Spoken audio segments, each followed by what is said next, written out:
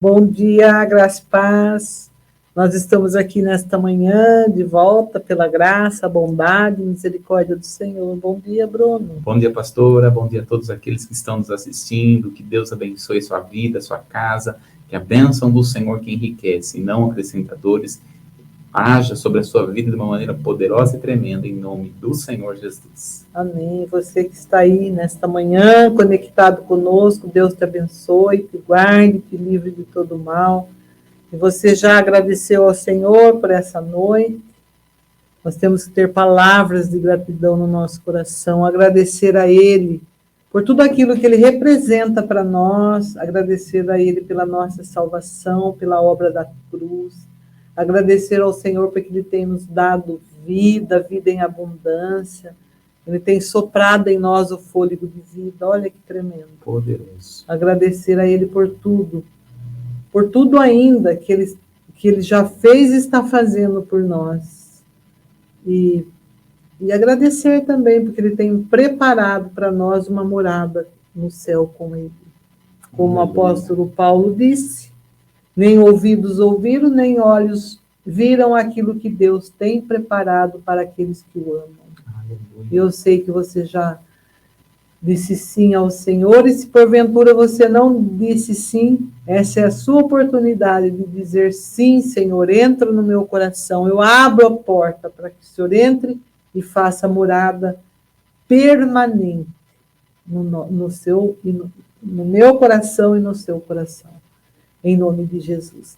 Eu gostaria de ler um texto com você nessa manhã, que está lá nas cartas dos Hebreus 10, o versículo 19 até o 23, que diz assim,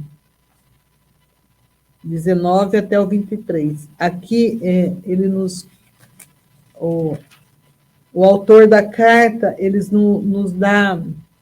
nos aconselha a nós estarmos perseverando na fé que vem pelo ouvir da palavra, né?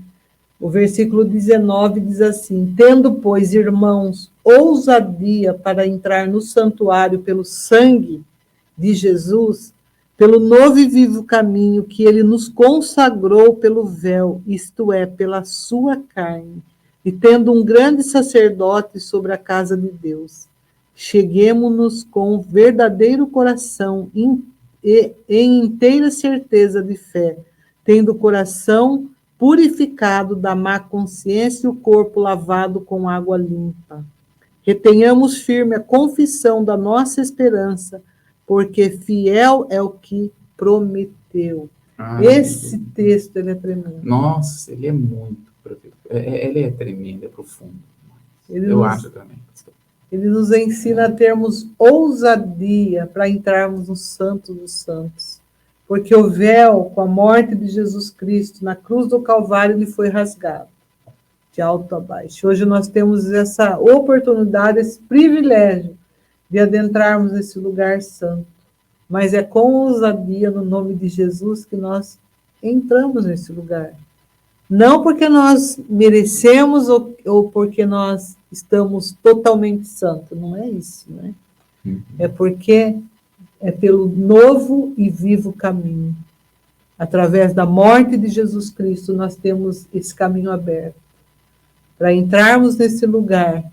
E ainda ele fala que nós devemos, retenhamos firmes, né, a confissão da nossa esperança, porque fiel é aquele que prometeu para cumprir. Deus, ele é fiel, e nós temos provado da fidelidade do Senhor. Se tem alguém que você pode confiar de olhos fechados, esse é o Senhor. Esse é o nosso Senhor e Salvador Jesus Cristo. Confia no Senhor os teus pensamentos, confia no Senhor as tuas obras, que Ele tudo fará, em nome de Jesus. Mas entra no Santos dos Santos com ousadia, porque você pode entrar neste lugar com a morte de Jesus Cristo, pela graça. Por isso que ele fala, Bruno, pela graça sois salvos. Isso não é de vós, mas é um dom, é um presente de Deus que nós podemos ser salvos. Exatamente. E nós estamos falando nesse assunto, né, sobre galardão, Uhum. está falando sobre salvação, Salvação. como ter certeza, Uhum. como é a pergunta? Podemos ter certeza da salvação, né? Podemos. Isso. Podemos ter certeza. A última live que nós fizemos falamos sobre isso. Podemos ter certeza da salvação. Mas sabe o que é tremendo, pastor? Que esse texto fala, né? Que o sumo sacerdote no Velho Testamento, ele entrava e ele saía. Porque ele não ficava lá no Santo dos Santos. Né? Ele tinha um tempo, né? 30 minutos. 30 minutos. Um tempinho, só pouco, né? Entre ele fazer todo o ritual de sacrifício dos animais, até ele entrar no Santo dos Santos, que era para oferecer o sangue, aspergir o sangue na Arca da Aliança, e ele sair, meia hora. E era meia hora de puro silêncio, que quando ele entrava, o povo ficava em silêncio total, porque esperando, mas se de repente ele parasse de fazer barulhos com os sininhos que ele tinha no vestido, poderia ter acontecido que ele poderia ter morrido. E se ele tivesse morrido, eles tinham que ir e puxar o sumo sacerdote. Pelas escrituras, isso nunca aconteceu. Deus sempre recebeu a oferta do povo por perdão. O povo era perdão do povo, pedindo perdão dos pecados do povo. Né? Era um ritual de purificação da terra, era um ritual de purificação do povo. Então, eles entravam uma vez no ano. Ficava 30 minutos na presença de Deus. Meia hora. O povo todo em silêncio, aguardando a saída dele. E quando ele saía, né, ele estendia as mãos, declarando Levítico capítulo 6, né, dizendo que o Senhor te abençoe, que o Senhor te guarde, que a luz brilhe sobre o seu rosto, né? Então ele saía dali. Hoje, o escritor de Hebreus está falando para nós. Nós não precisamos de sangue de animais, mas do sangue precioso de Jesus, que é um novo e vivo, porque ele está vivo. Jesus está vivo. Novo e vivo caminho. E aí ele fala, tenha a ousadia de entrar, porque é a ousadia de ficar, de entrar. E ele está falando para um povo de hebreu, que o povo hebreu jamais iria entrar. O povo, só o sumo sacerdote. Jamais ia entrar no Santo do Santo. Mas aquele que tem Jesus, aquele que aceitou Jesus, ele pode entrar no Santo do Santo. De uma vez por todas. E aí ele fala, como que você vai permanecer lá? E aí ele vai dizer aqui nesse verso 23, mantendo firme a nossa confissão. Olha aí, volta de novo a palavra. Mantendo firme a confissão. Porque eu tenho que... Sabe aquela coisa assim, né? Meu pai fala muito dessa história. Ele fala que antigamente o fio de bigode... tem muito valor, né? Era o valor, né? A palavra tem muito valor. Então, qual que é a confissão? O que ele quer dizer que mantendo firme a nossa confissão da nossa esperança? É manter firme a sua confissão em Jesus. Manter firme a sua confissão em não viver em pecado, no mundo, no diabo. É isso, é manter firme a sua posição em Cristo. Né? Como uns dizem, aqueles que tem uns que falam sentado e não sustenta de pé a sua própria palavra. Né? Então, nós somos chamados para continuar confirmando. Por que eu não vou pecar? Porque eu mantive firme a minha confissão em Jesus. Por que eu não vou pecar? Porque eu mantive firme a minha palavra. Que eu vou renegar o mundo.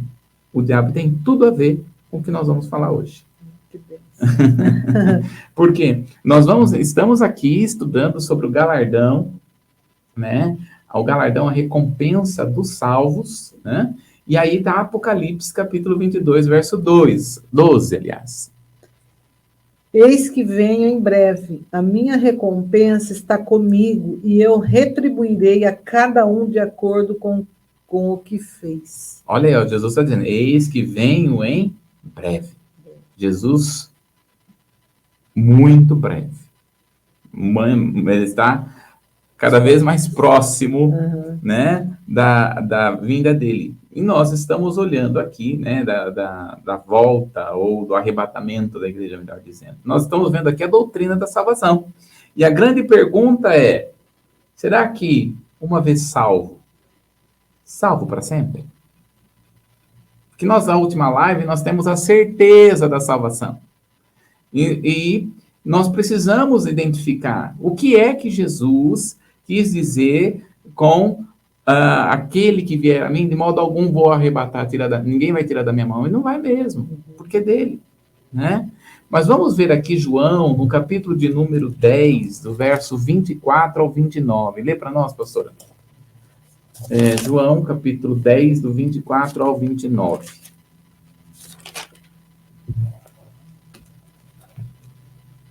Rodearam-nos, pois, os judeus e disseram-lhe: até quando terás a nossa alma suspensa? Se tu és o Cristo, dize-nos abertamente. Jesus respondeu: vá, já vos tenho dito, e não o credes? As obras que eu faço em nome de meu Pai, essas testificam de mim. Mas vós não credes, porque não sois das minhas ovelhas, como já vos tenho dito. Até o 29. Tá.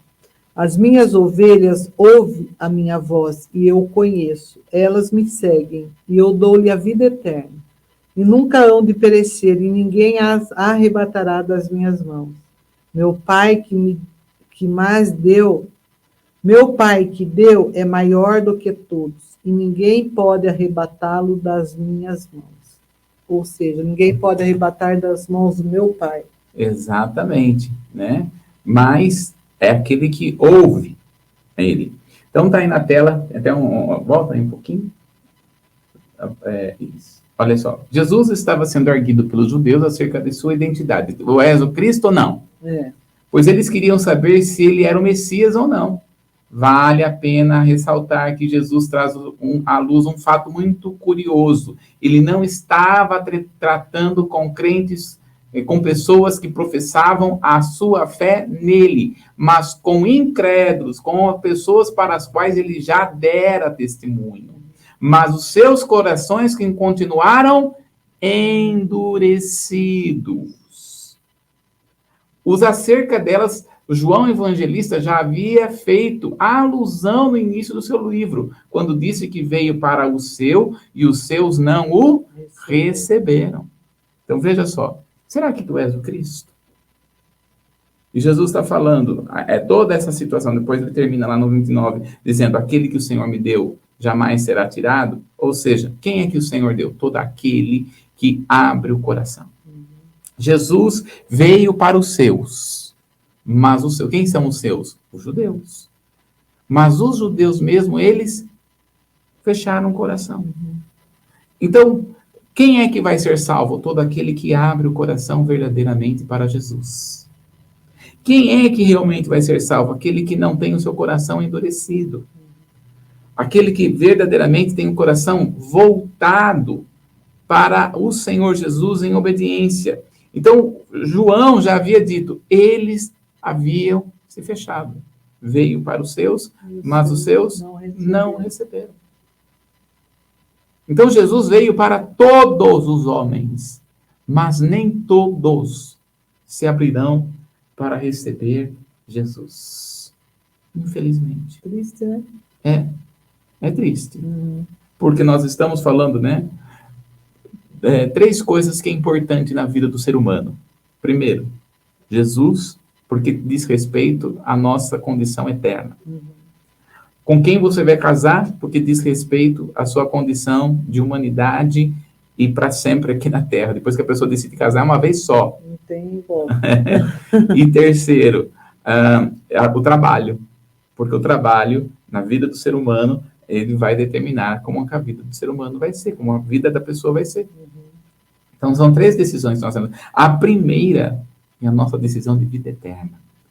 Então, tem pessoas que vão abrir o coração e tem pessoas que não vão abrir o coração. E as pessoas que não abrem o coração, veja, Deus e nem o diabo é quem vai atingir o coração.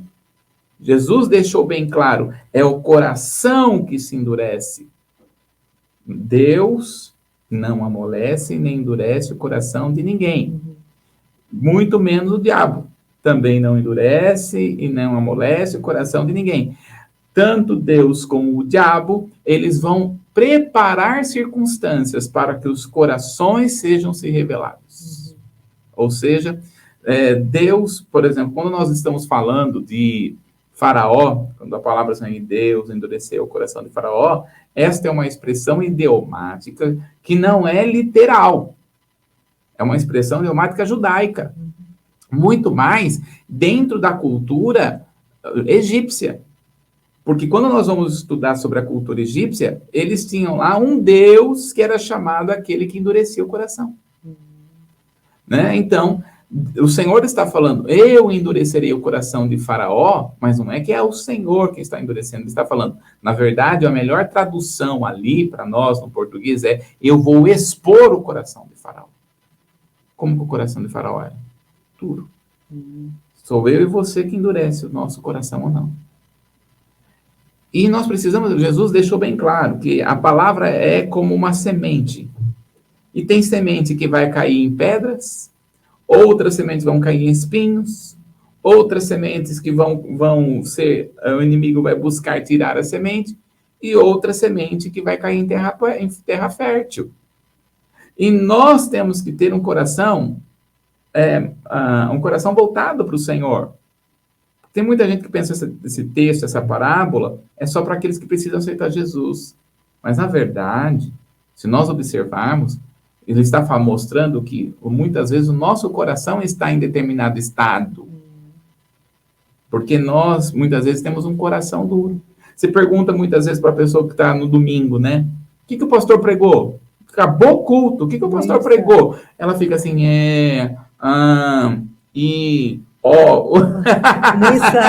não sabe. Ué, onde que estava o coração? Onde que a pessoa estava?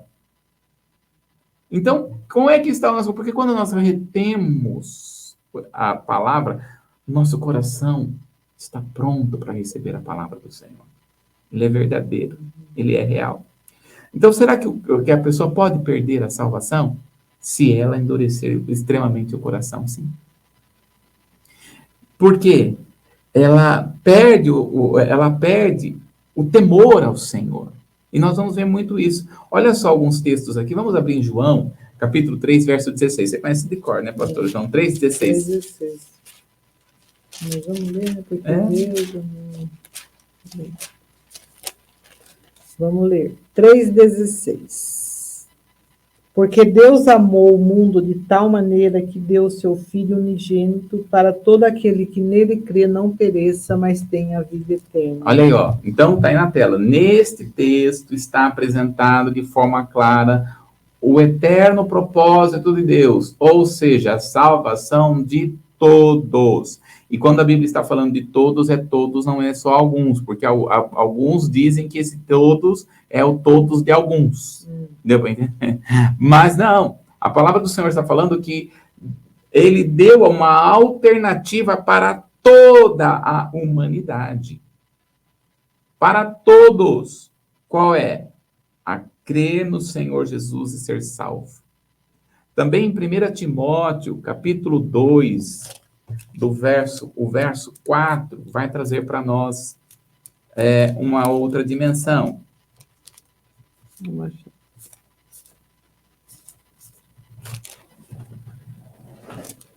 Vamos achar Timóteo. 1 Timóteo. Então, antes de Hebreus. 1 Timóteo. Capítulo 2, verso 4. Que quer que todos os homens salvem e venham ao conhecimento da verdade. Então, qual que é o desejo de Deus? Que todos sejam salvos e conheçam a verdade. Não é só para alguns. Para todos. Para todos. Isso aqui é muito importante nós entendermos. Por quê? Muitas pessoas acreditam que não é todo mundo. Nem todos serão salvos, mas todos têm a oportunidade de se salvar. Em Ezequiel, capítulo 18, Ezequiel 18, do verso 23 ao 27, a palavra do Senhor vai dizer que Deus não tem prazer na morte do ímpio. Olha aí, ó, Ezequiel 18, do 23 ao 27. Diz assim: desejaria eu de qualquer maneira a morte do ímpio? Diz o Senhor Jeová: não desejo, antes que se converta dos seus caminhos e viva. Se converta dos seus caminhos e viva? Até o 27, pastor. Mas desviando-se o justo da sua justiça e cometendo a iniquidade, fazendo conforme todas as abominações que faz o ímpio, porventura viverá?